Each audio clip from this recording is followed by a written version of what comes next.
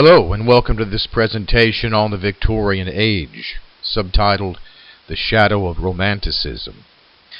There's a reason for that, and before you begin, or before we continue with the presentation, let me say something. This is not intended to be a substitute for reading the introduction to the Victorian Age in your textbook. I am not going to be able to cover every single historical detail and every single intellectual development.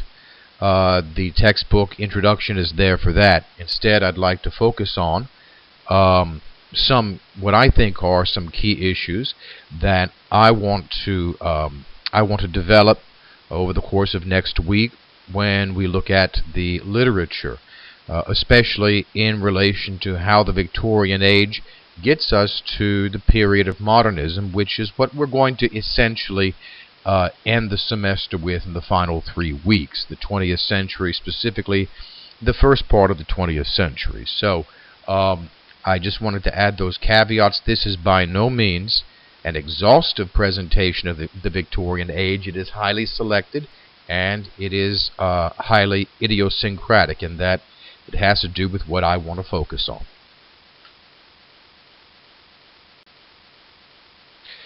As we looked at when we dealt with Romanticism, and especially as you have learned or will learn when you read the introduction to the Victorian Age in your textbook, the 19th century, I say here the early 19th century, but you can really extend it to all of the 19th century, was a period of rapid social change. Now, we are kind of used to rapid social change, at least I am. Maybe you're not yet, because most of you are considerably younger than I am. But having lived through the period of time that I did, I have seen a lot of changes that affect everyday life. The fact that I'm teaching an online class, for example, would have been unthinkable even when I was in grad school.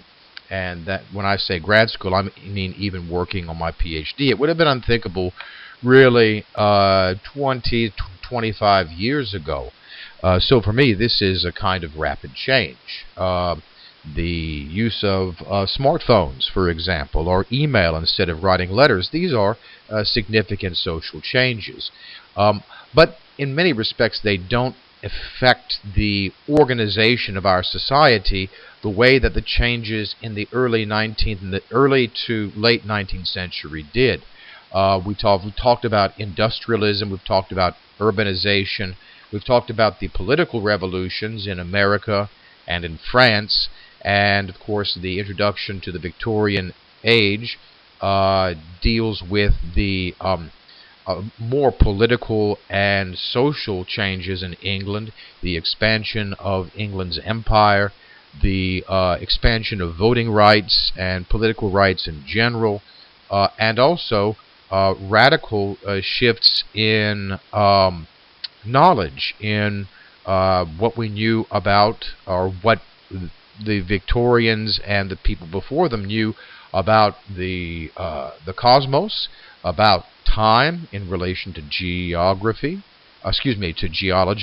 and human nature in relation to things like the development of modern psychology and evolutionary theory. These rapid social changes, however, create within a society and within the individuals of society an anxiety. There's a very good book by Alvin Toffler called Future Shock. It came out in the 1960s, in which he discussed how rapid changes affect individuals psychologically.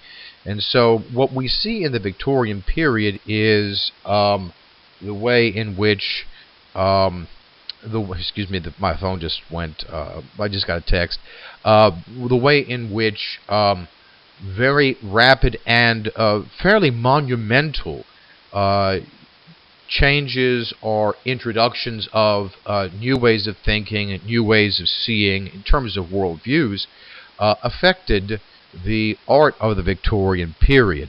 There's a fragmentation that we're going to see that really does act as a prelude to the 20th century and to modernism, in which the authors at that point basically stopped trying to pretend like the old forms of society, the old forms of the old worldviews were going to heal themselves or mend themselves. When we get to modernism, as I'll talk about in a moment, we are dealing with thinkers and artists who have come to terms with the fact that society has fragmented. There has become a break in history, that we have changed so much that we really can't identify with even the lives of people 200 years ago.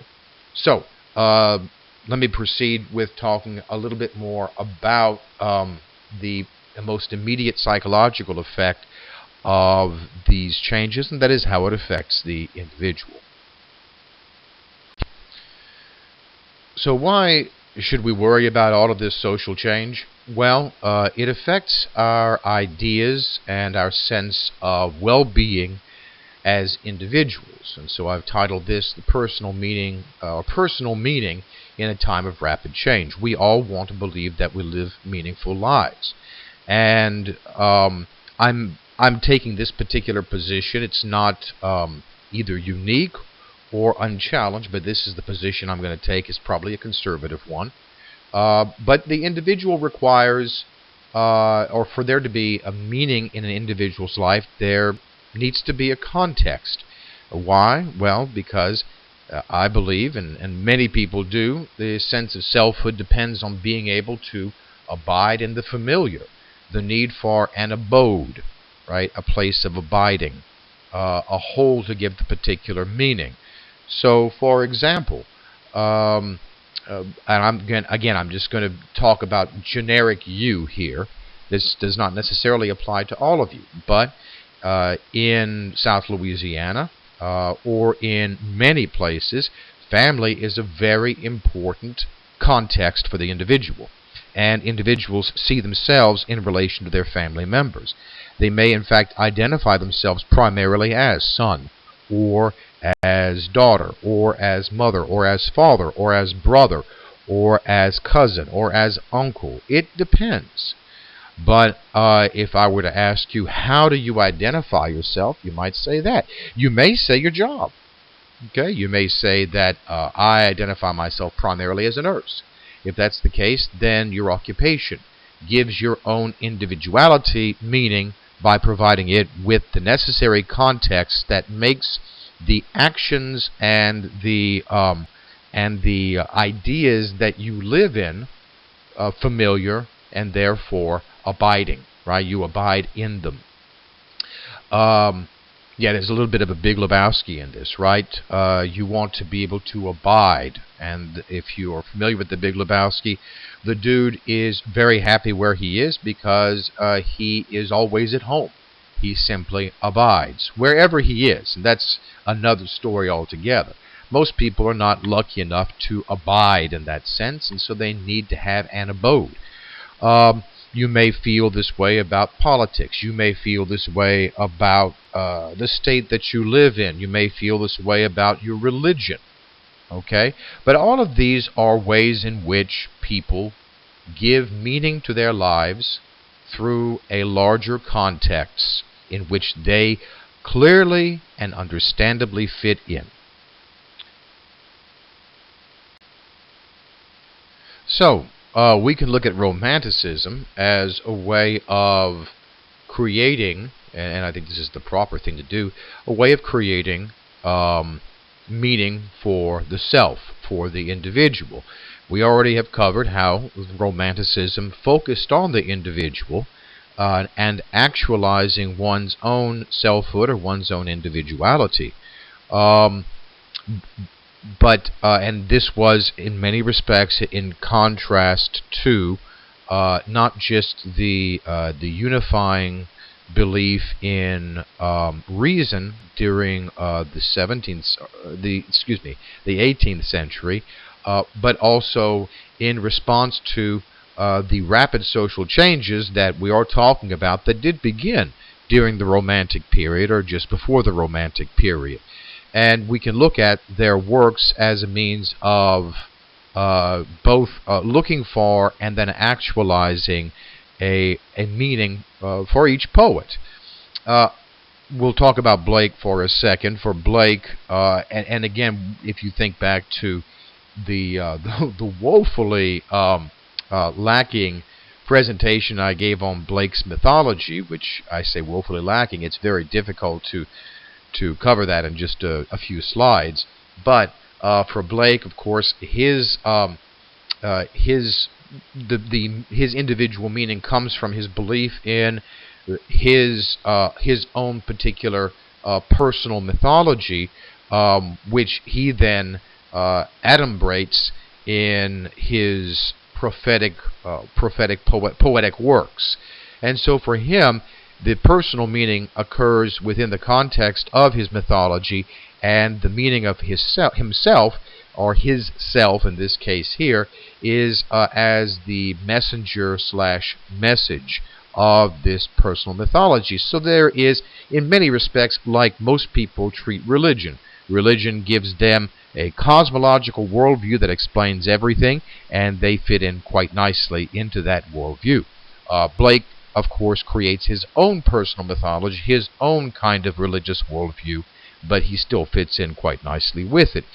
Similarly, the other Romantics, their context was nature. It was to nature that they turned for a sense of spiritual context. And so the individual meaning that they derived from this as Romantic poets was the self as the creator of the mystical experience through imagination. And we, of course, have spent the last several weeks talking about this in some detail.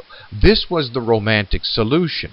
What's interesting, of course, is that so much of the Romantic solution was predicated upon two things that are going to be challenged. One is a particular sense of the self that is like a work of art, something that you can control and develop and understand.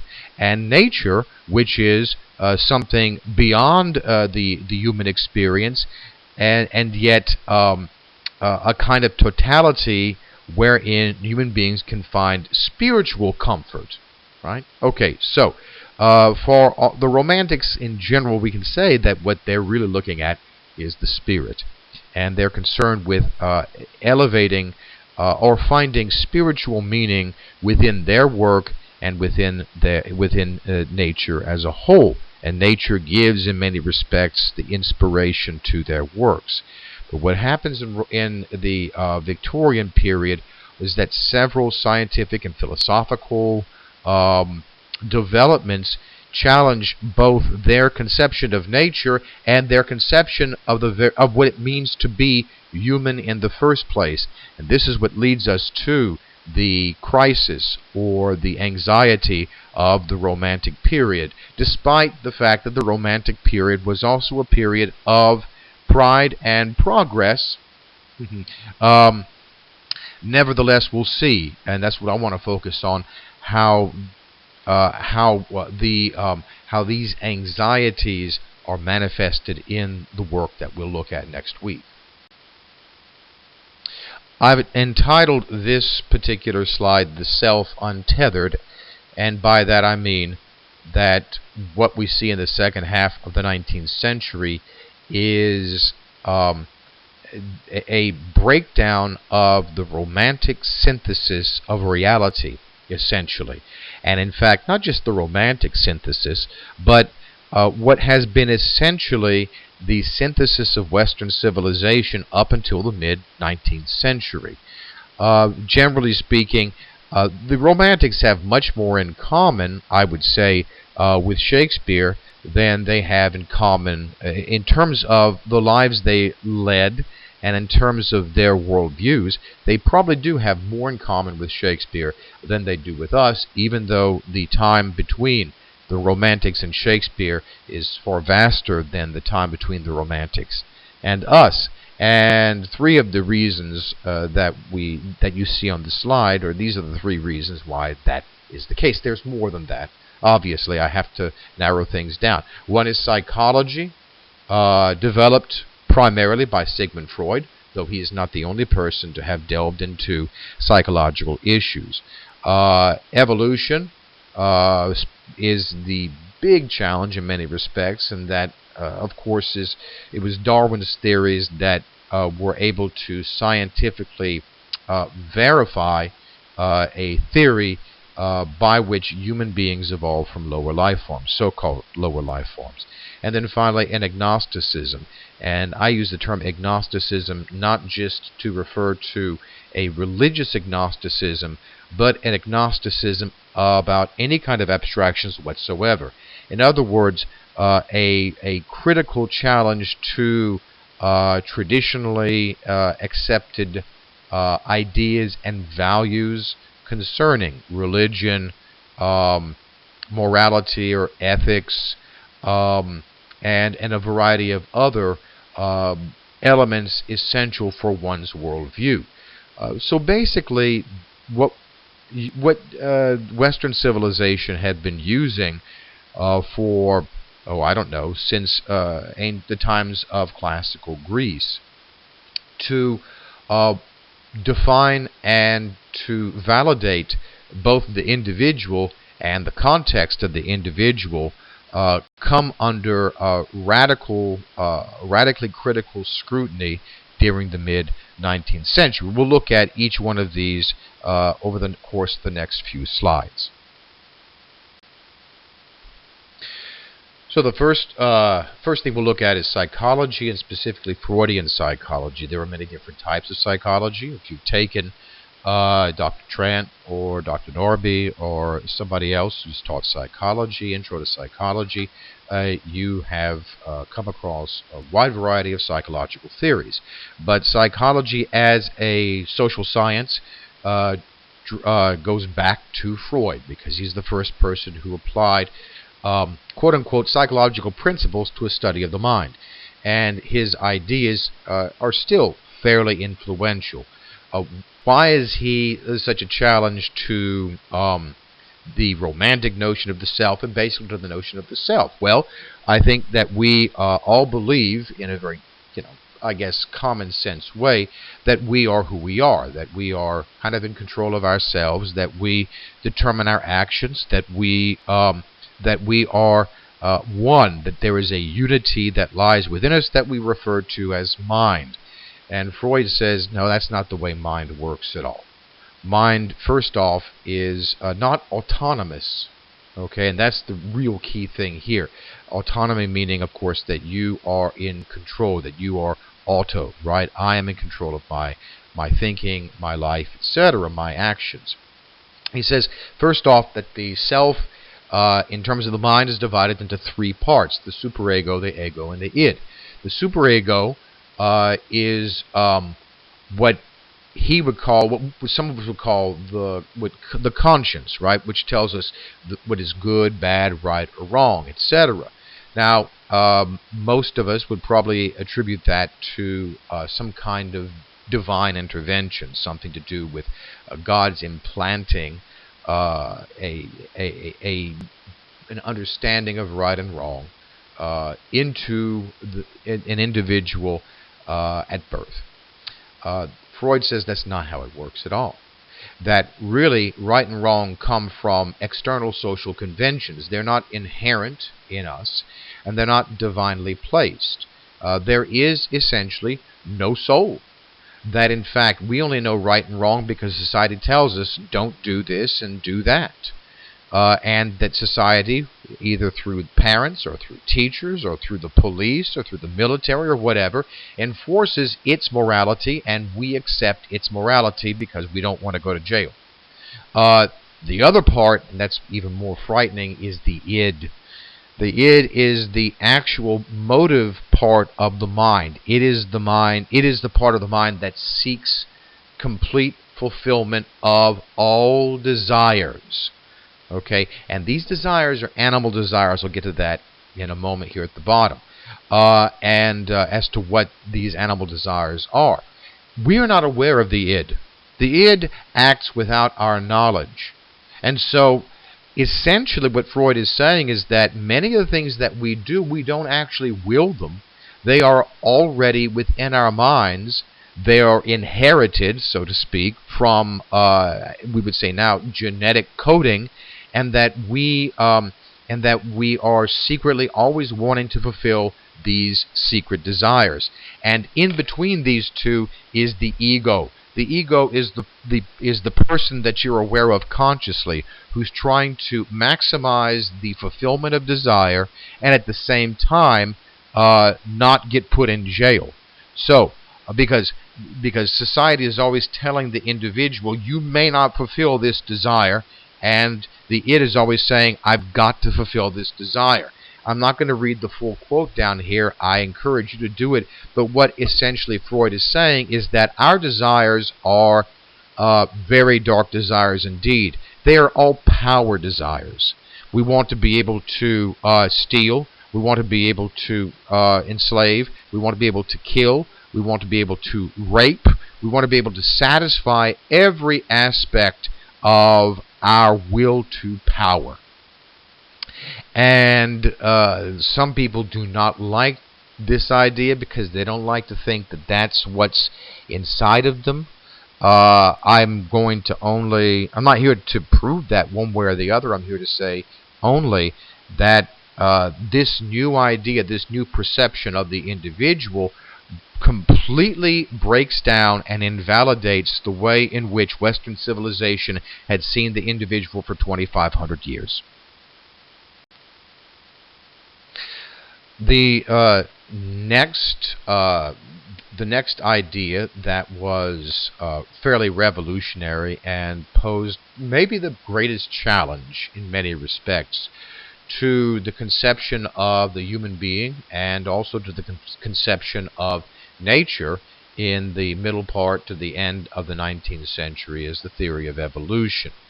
There are many. Obviously, it's even still a controversial issue now. All right. So, I am going to simply present things as they are and how people responded to them. Evolution does not begin with Charles Darwin. Evolutionary theory is not particularly new.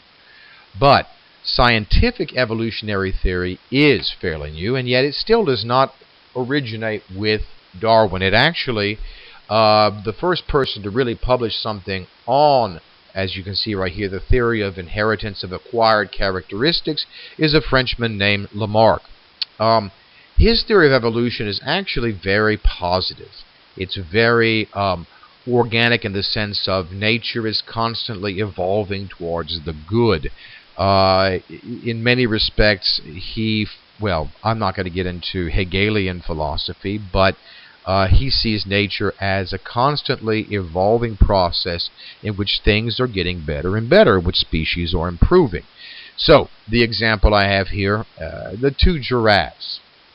Okay, so the theory from Lamarck is that changes in an organism are passed on to its offspring. The species responds to the challenges of environment. This is an important thing because this is where Darwin is going to diverge.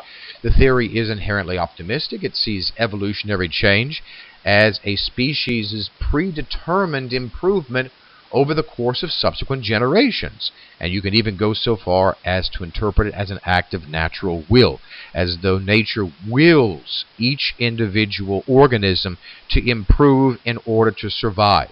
So, we have these two giraffes. You see the one with the long neck, the one with the short neck. Well, the giraffe has to stretch its little neck to get at the food source. Because it does this, according to Lamarck, it develops a longer neck, and it passes the longer neck on to its offspring so that the little offspring will have longer necks and be able to access the food source and survive. So with Lamarck, the organism, the giraffe, changes in order to survive, and its subsequent generations receive this change so that the species can continue to survive. You can see why I say that this is optimistic. Lamarck sees all organic changes in this regard, changes regarding inherited or acquired or inheritance of acquired characteristics. He sees this as, again, nature sort of helping the little giraffe along so that way it can survive. When we get to Darwin, it's different. It's important to note that Darwin did not set out to create a revolution out of evolution. Quite the opposite. Darwin was a religious man, but he was a scientist. He was what was called a naturalist. He made observations, detailed observations, and based upon his detailed observations, produced a work, The Origin of Species, that conjectured or explained the changes that he saw. Okay? And I'm not going to get into the full journey to the Galapagos Islands. If you want to understand what Darwin was doing, there's plenty of information out there. What is different between the evolutionary theory of Darwin and that of Lamarck is that Darwin's evolutionary theory is colder. That's the best way to put it. It theorized that changes in organisms happen independent of environmental context and not in response to it. So the little giraffe's neck does not grow longer so that it can get to the food. Okay? Changes, which are genetic mutations, they're random. They occur without reason or without precedent. They just happen, and they're passed on to their species. These mutations are only passed on to generations down the line if the mutation allows the particular organism to survive. If the mutation does not allow the organism to survive, the organism and its offspring will die. It's as easy as that. Okay? That's why I say it's colder. With Lamarck, we have evolution helping organisms to survive. With Darwin, the survival of organisms is purely accident. It just so happens that the giraffe, as you see here on the right, just so happens that the giraffe's neck increased in size because of genetic mutations regardless of where the food sources were. But because the neck was longer, the giraffe with the longer neck, as opposed to the giraffe with the shorter neck, was able to get at more food. So it was able to survive and pass on its genetic material. Whereas the short little giraffe, poor thing, is not equipped to survive in this particular environment. And because he's not equipped, he is going to die. And if he doesn't die, if he manages to survive, he is going to pass on his short neck traits to his offspring, but they are going to have a harder chance of surviving. And over the course of time, they're simply going to die out. Basically, and here's the other thing about mutations. In most instances, they're bad. Most mutations do not help an organism to survive. So most people, or I say most people, most organisms who receive a particular mutation actually are poorly equipped to survive. However, on occasion, some mutations do allow a particular organism to survive better. And over the course of centuries and centuries and centuries and centuries and centuries and eons, okay, we have the development of species and new species, because whatever changes the species from the past were able to pass on better equip them to survive. But survival is not intentional. Evolution is not intentional. It is purely accidental. And this is a challenge not just to the Bible, which is obvious, but even to the romantic view of nature as some kind of spiritual entity. And the final thing that I'm going to talk about, and it's of course related in many respects to the other two, these are not mutually exclusive ideas. Okay, but they are issues that we need to look at.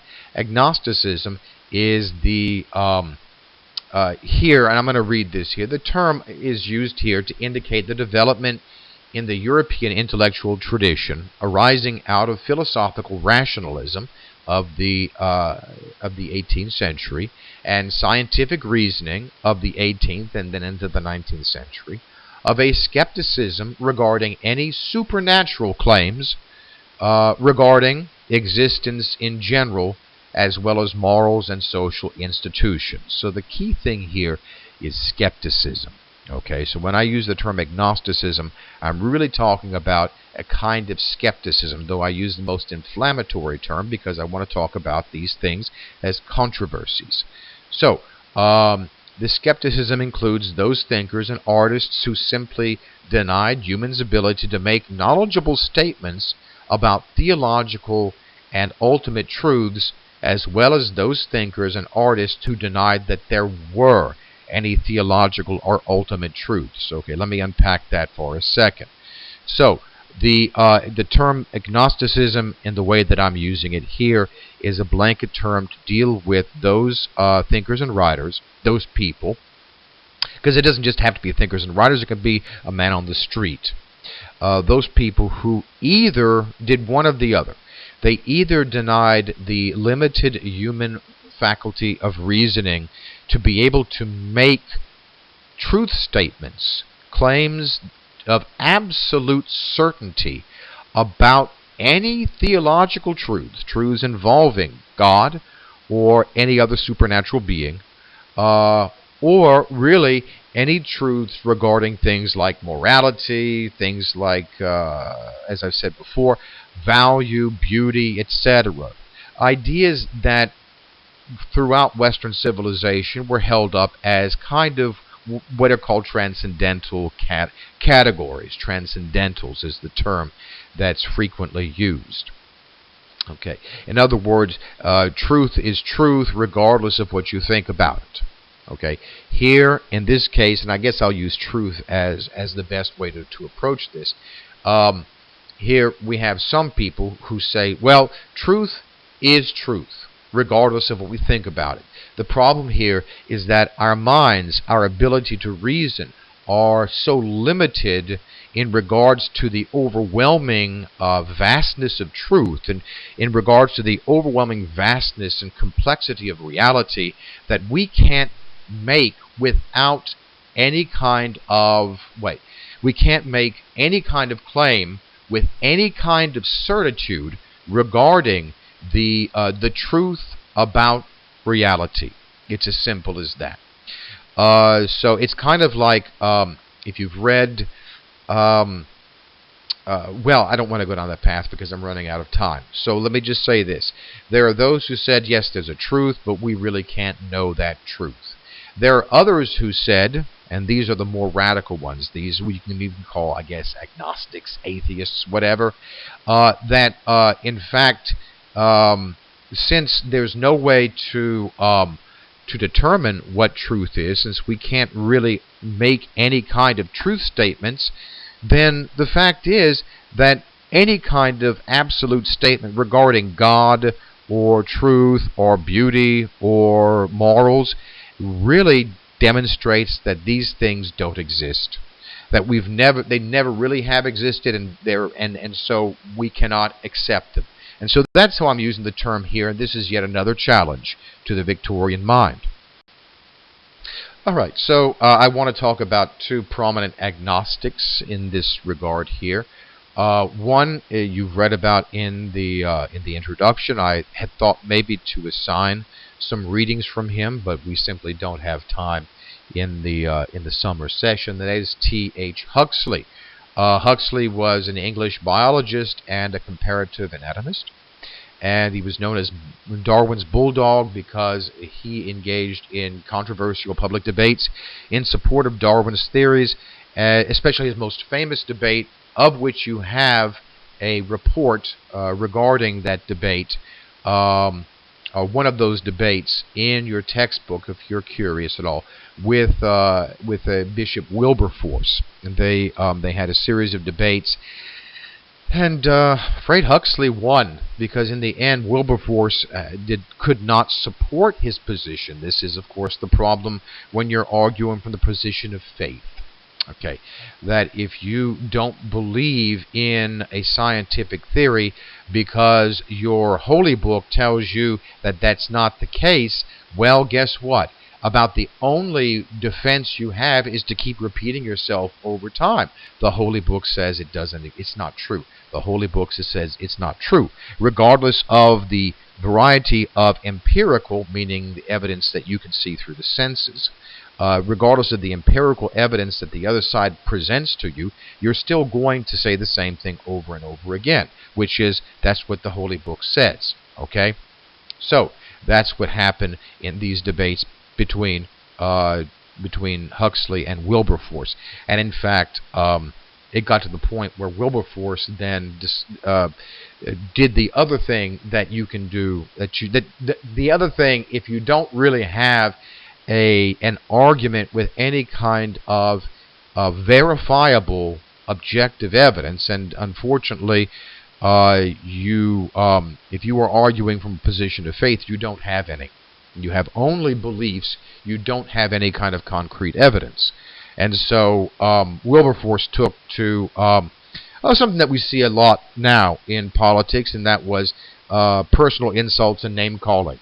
And at that point, whatever sympathy he may have had was lost, and he kind of exposed himself as somebody who really had nothing to offer the debate as well. And so Huxley winds up being the one who triumphs. He actually coined the term agnosticism in its current usage, and again, he made Darwin's ideas more generally acceptable. And I think it's important to look at this quotation from agnosticism, which is in your book. And this is his definition here. He says, agnosticism, in fact, is not a creed, but a method, the essence of which lies in the rigorous application of a single principle, the fundamental axiom of modern science.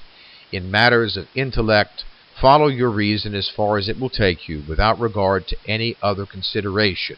In matters of intellect, do not pretend that conclusions are certain which are not demonstrated or demonstrable. That is in many respects what I've said in the previous slide. This is a very good summary. In other words, if reason cannot demonstrate it, if scientific principles or scientific inquiry cannot demonstrate the validity of the idea, then you have no reason to accept it whatsoever. So, you can see Huxley is an agnostic from the scientific perspective. Our next person is agnostic from a different perspective altogether. A more radical agnosticism was expressed by the highly influential philosopher Friedrich Nietzsche. Some of you are familiar with the quotation, "Whatever does not kill me makes me stronger." That is Nietzsche's quote. I can't go through all of Nietzsche's philosophy, and of course, some of it I'm presenting here in a fairly, I don't want to say, it's a fairly limited form, but this was the more radical things. These are the more radical things he said, and the greatest challenges that he posed to the 19th century. First off, his idea of the will to power. He believed that happiness comes from one's ability to successfully exert one's will upon others or upon society. Perhaps his most radical idea, and one of his most famous quotes, is that God is dead. By that he means that modern society, he's not talking about the fact that God died. He's saying modern society has killed off the living belief in Jehovah and all other supernatural absolutes. And this, for him, more importantly, was the idea of Plato's realm of the forms, the idea that ideas, that values existed independently of everyday human life, that human life was a kind of shadow of ideas. A chair is the shadow of the perfect idea of the chair. and he said this was ridiculous. However, despite the fact that society has killed off all of these, as I said before, term I used before, transcendentals, society still behaves as though it did. This leaves people living aimlessly in an empty belief system, primarily the residue of Christianity. Another of his important ideas was the transvaluation of values, to transform values. So he said, although Christianity has lost its power, people still live according to its morality of turn the other cheek, which Nietzsche calls a slave morality, because that would be the behavior of a slave, to turn one's cheek after it had been hit. To live authentically, he believed, Europe must transform its traditional values. And in his most famous work, Thus Spake Zarathustra, he posited the idea of what a human being would be like once this had been accepted, once one had accepted the will to power, the idea that God or any transcendental values were dead, and that had gone through the transvaluation of values. What it would produce in the development of the human being would be the Übermensch, which is translated either as Superman, more commonly, or Overman. The Übermensch rises above concepts of good and evil, and the worldview of the herd, of everybody behaving the same, wanting to be the same, to establish his own values to counter the nihilism that occurs in the wake of God's death. This is sometimes understood as the next stage of human development.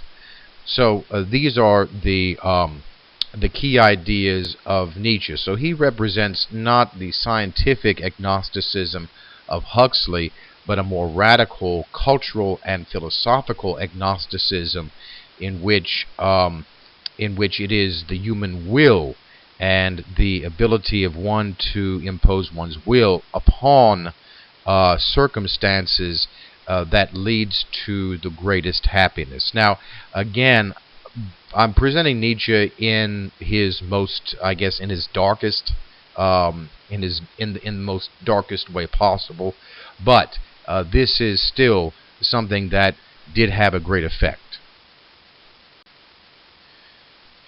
There are many responses by many different writers to what we've covered so far in this presentation. What I want to focus on, or what we'll be coming back to this week. One is doubt and cultural pessimism. We'll see that in the work of Matthew Arnold, specifically in Dover Beach, and in the work of Tennyson, specifically in Memoriam.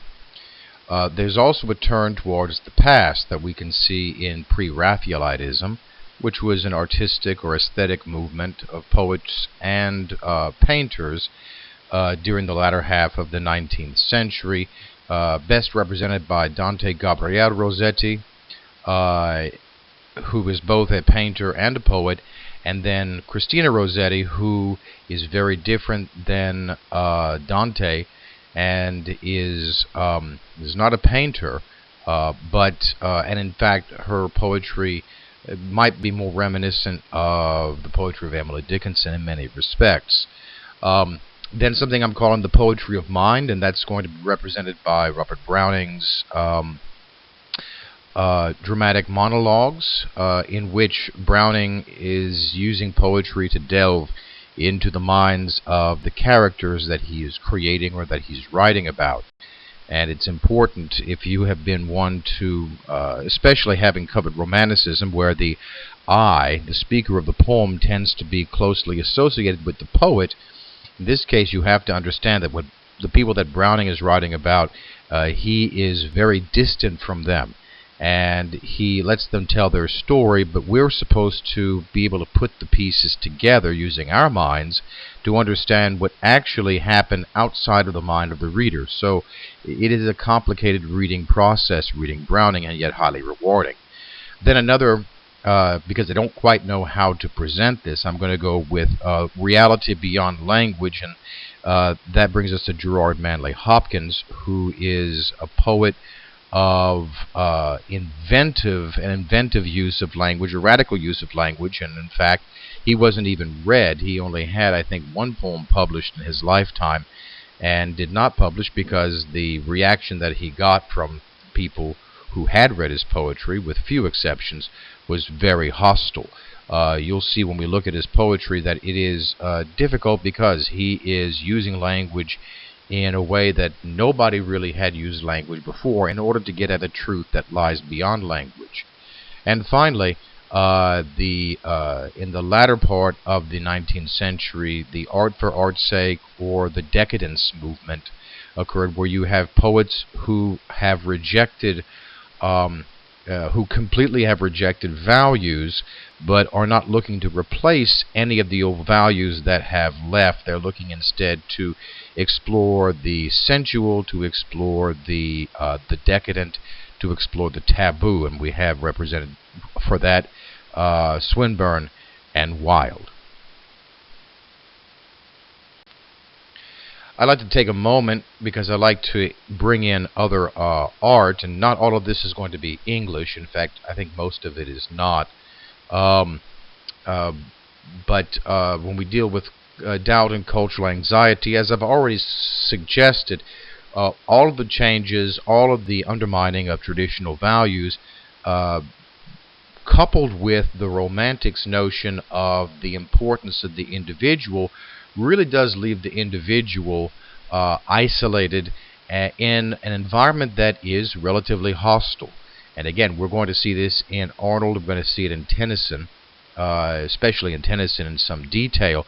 But an artwork that you're familiar with that represents this is Edvard Munch's The Scream from 1893.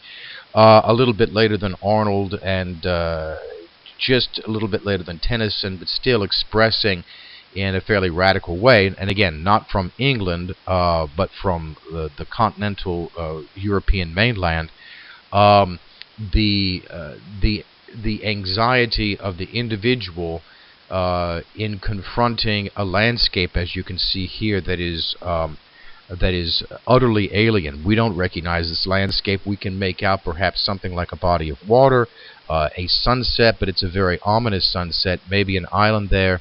This person seems to be on a kind of bridge. There are two figures walking. Are they walking toward him, or are they walking away from him? We don't know. They're indistinct because everything has become indistinct when you do not have a kind of center or a kind of context into which to place the individual. And so what we get here with Munch's Screamer, with this individual here, is that he has lost all identity because there's nothing around him in which, by which he can define himself as an individual. So he is no, I say he, there's no particular gender here. There's nothing that to identify what sex this particular person is. There's no hair. The facial features are obscured. All we can really get from this individual here is a kind of wispy ghost-like presence, and clearly a sense of psychological and emotional anxiety.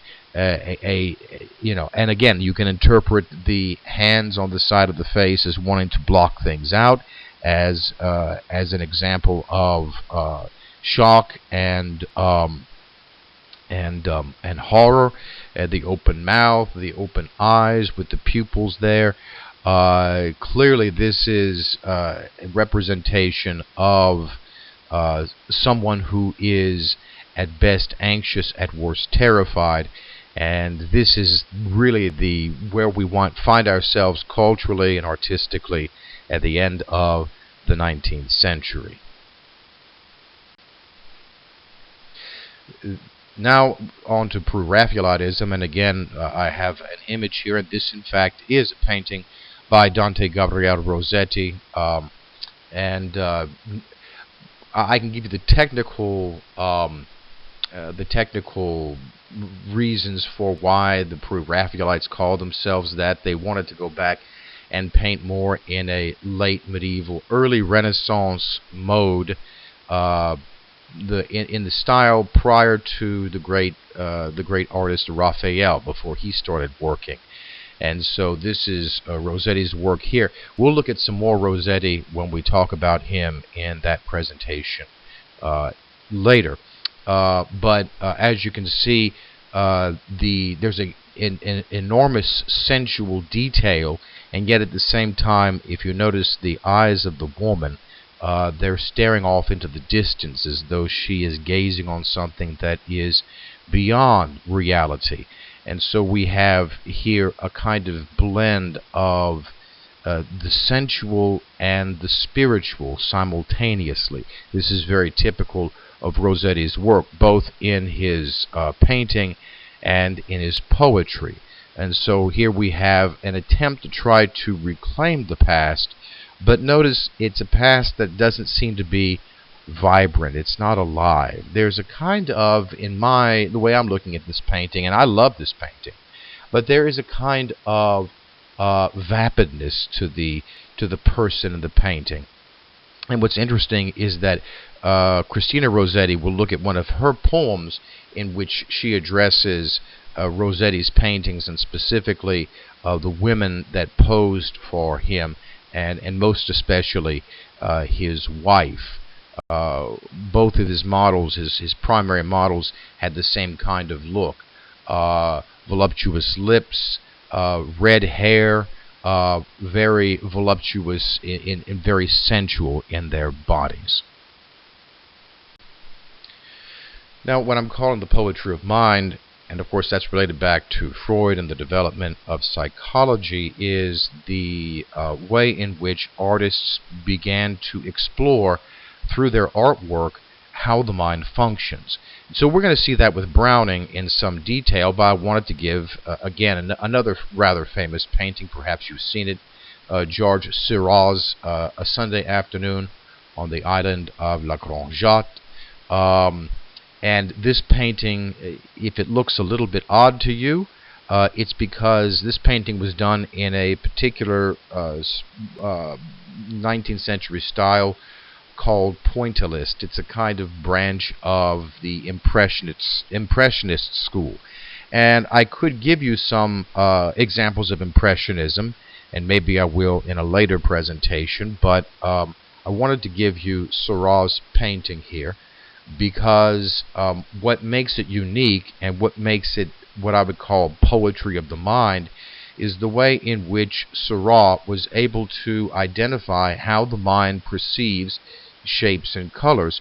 We're used to paintings in which the painter is using brushstrokes, is using specific kinds of lines, like we saw in in both of the previous paintings, the one by Munch and the one by Rossetti, where it's the brushstrokes, the line that is the focal point of, or the means by which the artist creates shading and definition of forms. Here, though, and you can probably see it here just a little bit. I had a detailed section, but it just didn't come out well on the slide. What Seurat does is he doesn't have any brushstrokes in this painting at all. And in fact, this entire painting, and it's a fairly large canvas. I don't remember exactly how, but it would be, I think, if I had to guesstimate, probably 9 feet high, 12 feet wide, something like that. The entire thing is done with points of color. That's it. He dipped his paintbrush and painted by just dabbing one dot of color. The entire painting is nothing but dots of color.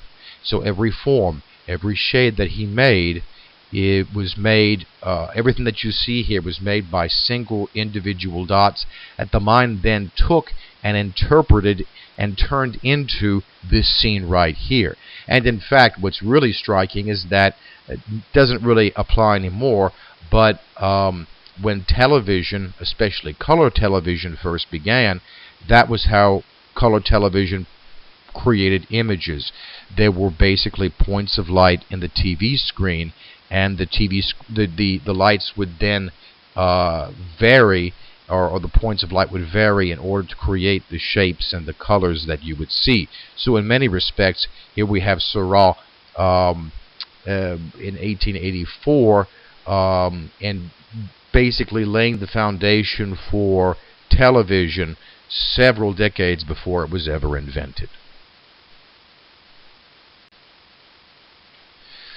And for reality beyond language, I'm again I can't do Hopkins any justice until you've actually read some of his poems, so you can see what I'm talking about by trying to push language and go beyond language. But I think there are a number of options here. But again, I wanted to go back to a British painter, and so we went to J.W.M. Turner's Snowstorm Steamboat off of Harbour's Mouth from 1842. This is a fairly radical painting in many respects. It wasn't like any of the paintings that were being painted at that time.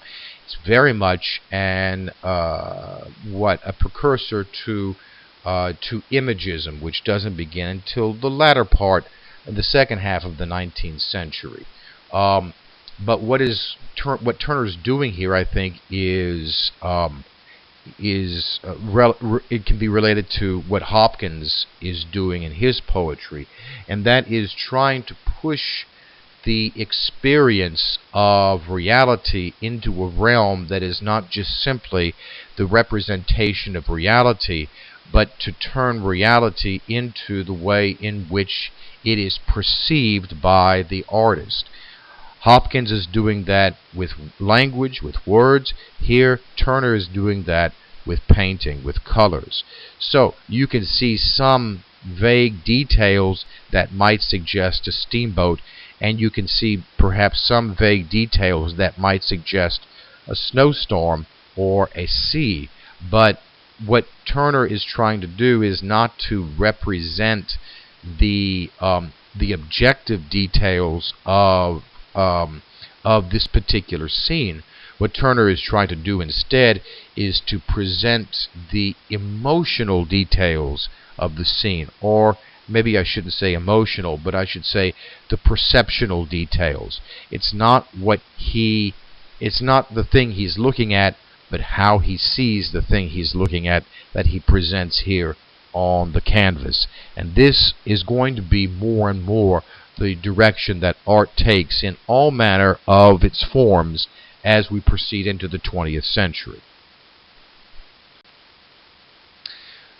Decadence aestheticism, art for art's sake, is what I used in the earlier slide. That's the same thing, aestheticism. Was a kind of amoral movement at the end of the 19th century, and some people would say it was an immoral movement based upon some of the subject matter that people wrote about, and people drew or painted, and also the way they did that. So here we have a work by Aubrey Beardsley, who was one of the dominant artists of the late 19th century, and by that I mean the last couple of decades or so of the 19th century in England. And as you can see, we have here the head of John the Baptist. We have the blood coming down and then forming what looks like a flower coming up. We have a figure, and I'm not quite sure if it's Salome, the girl who did the dance of the seven veils, so that Herod, she could ask Herod to behead John the Baptist, or if that's her mother, who is the one who basically wanted John the Baptist's head cut off and got her daughter to do the dance and got her daughter to ask for the head of John the Baptist. If you're familiar with that rather lurid story from the Bible, well, here Beardsley makes that story even more lurid, and we have a combination here of clearly sexuality with the two lips so close to each other, and at the same time violence. So there is a kind of sadomasochism that's being expressed in this particular painting, and that's the kind of thing we're going to get in, maybe not in the particular representative poems by Wilde or by Swinburne, but what we're going to get are subject matters and treatment of subject matters that were shocking for the sake of being shocking. But what both Wilde and Swinburne had in common was a belief that art existed for its own sake. It did not exist to present a message or a moral or to edify or teach anybody. It needed to be appreciated strictly for its own value. And so, in many respects, they deliberately either created work that was devoid of any kind of moral or ethical consciousness, but at the same time, they, in some instances, even went far beyond, especially with Swinburne, and engaged in writing about activities or themes that the average Victorian would have seen to be as very immoral. And the point here is not simply just to be immoral, but to emphasize their artistic theories, which is that immoral art can be beautiful because the art itself is beautiful. It's not the subject matter that makes art, it's the craft that makes art. And finally, I want to end with a little tip of the cap to what we'll be covering for the last 3 weeks of the semester, and that will be modernism. I would like to go into postmodernism, but I simply don't believe that we're going to have the time to do it justice. And modernism is, in many respects, postmodernism is simply a shadow of modernism, in the same way that the Victorian period is a kind of a shadow of romanticism. And so I have here one of the revolutionary works of modernism from 1907. Note, by the way, the dates here in this presentation are significant to see how art has changed over the course of a very brief time. Les Demoiselles, excuse me, let me try that one more time. Picasso's Les Demoiselles d'Avignon. It's important, first of all, to note that these figures are prostitutes. That's what demoiselle is. It's a slang for prostitutes. So first off, Picasso is giving us prostitutes, which is not the first time that this has happened in many respects in the 19th century, or in the 19th century, and then in the 20th century. But what's probably more striking to you is the figures themselves. They are devoid of the specific characteristics of human quality. They look almost as though, of course, that they look like they're geometrical shapes that have been put together. And a couple of women are actually wearing what appear to be African masks. That is not accidental. Picasso was heavily influenced by an exhibit of African art that occurred, I believe it was in Paris, right around the turn of the century, right around 1900, maybe a little bit after that, and wanted to, again, these were artworks that most Europeans had not seen. Now, you have access to all kinds of artworks and artifacts, but Europeans did not. And so about this time, these artworks from indigenous, at the time called primitive people, were being, the artists were being exposed to this, and they found it a way to go back to a past that they had never known before. So in many respects, what we're going to see in modernism is a return, in some instances, to a past that that we are isolated from because we never knew it in the first place. The Lascaux cave paintings were also discovered at about this time, and all of these things proved to be inspirations for visual artists. They were suddenly techniques and a tradition that is a human tradition, but we had been isolated from. So it gave them the chance to go back and simultaneously to make things new because they were fresh. They were new to us, as the old expression goes. And so the idea of make it new is going to be one of the credos of modernism. It is going to be one of the operative axioms of that movement. Also, in addition, notice that the still life in the bottom center, it's a table, it should be facing away from us, but it's not. It's facing directly upwards. Why? Because Picasso is also breaking down the traditional three-dimensional spaces.